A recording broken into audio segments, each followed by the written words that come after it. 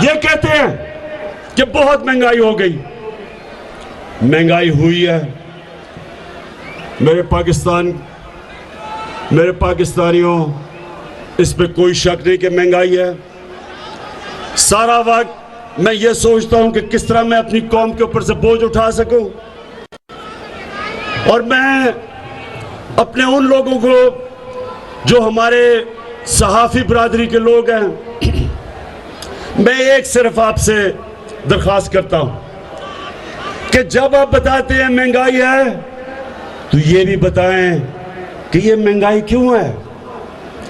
महंगाई की वजह कोरोना के बाद जो सारी दुनिया में सप्लाई लाइंस, यानी कि जो चीजें पहुंच रही थी कोरोना की वजह से बंद हो गई, और उसकी वजह से चीजों की कमी हुई, चीजें महंगी हो गई।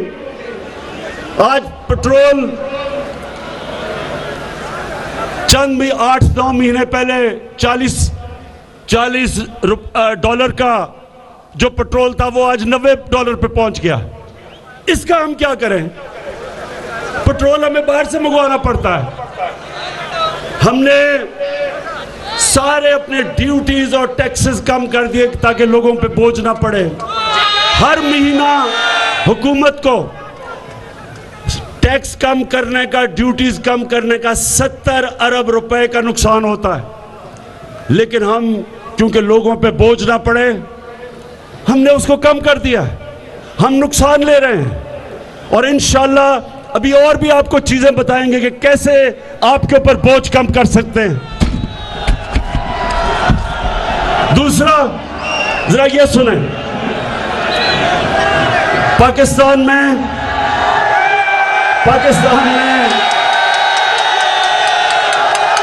पीपल्स पार्टी के दौर में इससे ज्यादा महंगाई थी। नून लीग के पहले साल में इससे ज्यादा महंगाई थी, लेकिन अमेरिका में 40 साल के बाद सबसे ज्यादा महंगाई आज अमेरिका में। कुरान की आयत, मेरे नौजवानों, कुरान की आयत है, अमर बिल मारूफ व नही अनिल मुनकर। इसका क्या मतलब है? जब मदीना की रियासत बनी तो याद रखें वो 2 असूलों के ऊपर खड़ी हुई।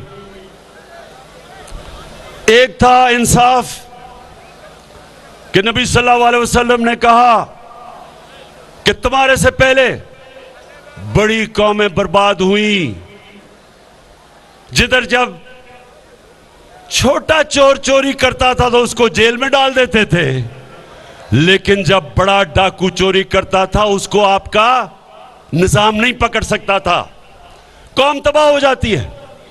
तो एक वो उसूल था, इंसाफ के ऊपर एक कौम खड़ी हुई। मदीना की रियासत, उसकी बुनियाद इंसाफ पर रखी गई। और दूसरा, अमर बिल मारूफ। अब ये सुन ले, अल्लाह का हुक्म है कुरान में। अल्लाह ने कहा मैंने तुम्हें सबसे अजीम कौम, मुसलमानों, सबसे अजीम कौम दुनिया की इमामत के लिए बनाया। और फिर कहा कि तुम अच्छाई के साथ खड़े होते हो और बदी को खत्म करते हो। यानी कौम जब तक अच्छाई के साथ ना खड़ी हो और बुराई के खिलाफ जहाद ना करे, वो कौम अजीम कौम नहीं बन सकती। अब मैं आपके सामने रखता हूं कि ये देखें कि जिस मुल्क में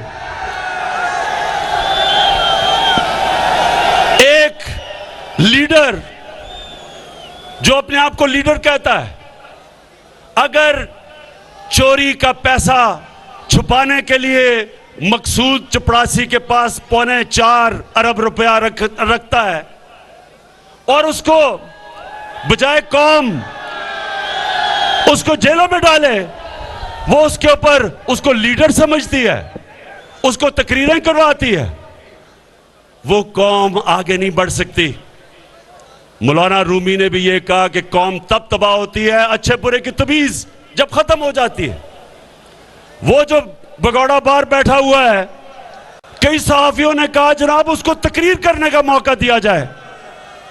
यानी कोई, मैं उन सहाफियों से पूछता हूं, आप में अच्छे बुरे की तमीज नहीं, अगर उसको तकरीर करने का मौका दिया जाए तो जेलों में जो गरीब चोर फंसे हुए हैं उनको भी बोलने का मौका दिया जाए। अगर बड़े चोर को अब बुरा नहीं कहता माशरा, तो फिर चोरी में बुराई क्या है? क्यों कोई मेहनत करे? आप नौजवान हो, आप जब देखें कि एक चोर चोरी करता है और माशरा उसको नवाजता है, फूल फेंकता है, लीडर बना देता है, तो आप भी सोचते हैं कि हम पागल हैं कि पहले पढ़े 12 साल 15 साल, फिर मेहनत करें सुबह से लेकर शाम तक, और हम हलाल की रोजी जब कमाएं तो हमें तो कोई पूछता नहीं और हम धक्के खाते फिरते हैं। और चोर उस मुल्क में बड़े बड़े ओहदों में पहुंच जाए और पता भी चल जाए कि जब मकसूद चपरासी के पास अपने चोरी का पैसा आप छुपाते हैं और फिर भी आपको तकरीरें करने का मौका मिलता है, तो कौन मेहनत करेगा? क्यों मेहनत करेगा कोई? इसलिए अल्लाह ने हमें कुरान में कहा है कि अगर माशरे ने उठना है, अच्छे बुरे की तमीज करो। मैंने मगरिब में अपनी 20-30 साल गुजारे हैं। आप अगर उधर चले जाएं, आपको हैरत होगी कि वो माशरे हैं जो अल्लाह के पैगाम पे हमारे से बेहतर चल रहे हैं। याद रखें, अल्लाह रब्बुल आलमीन है, सब इंसानों का खुदा है। हमारे नबी सल्लल्लाहु अलैहि वसल्लम रहमतुल आलमीन है, सब इंसानों के लिए रहमत बन के आए थे। मतलब ये कि जो भी उनके पैगाम पे चलेगा, अल्लाह की नेमतें उनके ऊपर आएंगी, चाहे वो मुसलमान है या नहीं है। जो उनके हुक्म पे चलेगा वो माशरा खुशहाल होगा। और जो माशरा, बेशक हम अपने आप को मुसलमान कहें, उनके अहकामात पे जब हम नहीं चलेंगे तो उस माशरे के ऊपर अल्लाह की बरकतें नहीं आएंगी।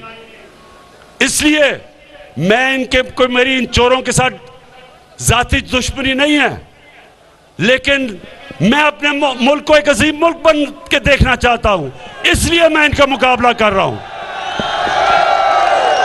मैं फिर से मंडी बहाउद्दीन आपका दिल से शुक्रिया अदा करता हूं।